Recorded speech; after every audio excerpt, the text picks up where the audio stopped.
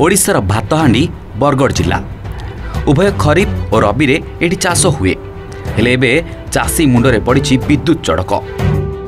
मार्च मासरे Tata company मनमानी चलाई चाषी उठा जलसेचन पॉइंट गुड़िकरू विद्युत विच्छिन्न कर तेणु चाष जमी रे चाषी पानी न मड़ाई पारिबारु उजुड़ी गलानी चाष। बोले धान इटा सब मरीगलान आज्ञा बोले टाटा पावर बरकसिया लाइन काटी नीचे जीत करी आ 300टा जेन बोरिंग अच्छे आमर गाँव नु सब लाइन काटी नीचे आ जीत करी पैसा मागुन 8000 10000 बोले सब धान मरीगलान पैन बिल न टिके बेरबेसा बिल सब मरीगलान। टिके देखंतु बरगड़ जिला अंबाभना ब्लॉक रो एस डुमेरपाली रे लागिथिबा चाषी मानक चाष जमीर दृश्य फसल मरी मरी जाउछि उठा जलसेचन पॉइंट काम करूनी।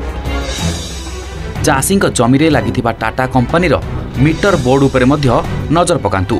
मीटर बोर्ड रे तार लंबिछि गभीर नलकूपरे मोटर को भी तार जाइछि किंतु मोटर घुरुनी कारण विद्युत विभाग मन इच्छा एक विद्युत बिल धराई विद्युत संजोग को विच्छिन्न कर देछि जाहाकु नै चिंतारे चाषी अनेपटे फसल मरिबाक बसलेनी। आधा एकर बागन आधा एकर पत्र मरिला बागन भी मरिला टाटा पावर वाले लाइन काटी ने आज दिन तो सब मरी उठे आज्ञा लाइन नहीं दबा क्या बुझ आज्ञा मैं क्या कुमार में आज सब देखी आज्ञा सब आज बैठनी और चिंता करी आज्ञा हिची बोले आज्ञा हाथ भींग आज्ञा तो क्या कर आज्ञा मैं पूछवा क्या दे हवा टाटा वाला दे हवा तो क्या दे हवा। एबे नजर पकाइबा चाषी असंतोष केमिति दाना बांधिलानी। जिलापाल कार्यालय ए दृश्य ही बयान करुछि चाषी मुंडरे केमिति चड़क पड़िलानी। विद्युत विभाग बकेया बिल संग्रह नीति को नहीं तीव्र विरोध करेनी चाषी संगठन। गाँ गाँव आसी चाषी माने जिलापाल को निज समस्या जनाउछंती पुनः विद्युत संजोग देवाई दाबी करुछंती। तुहाकु तुहा चाषी संगठन और प्रशासन मध्य आलोचना हेले मध्य फल सुन। टाटा कंपनी जेन प्रकार जुलुम करुचे जेन प्रकार अत्याचार करुचे मनमुखी करुचे फल आमे विद्युत द्वारा पानी उत्तोलन करके चाष करि पारबो एंता और विश्वास नहीं लागबार।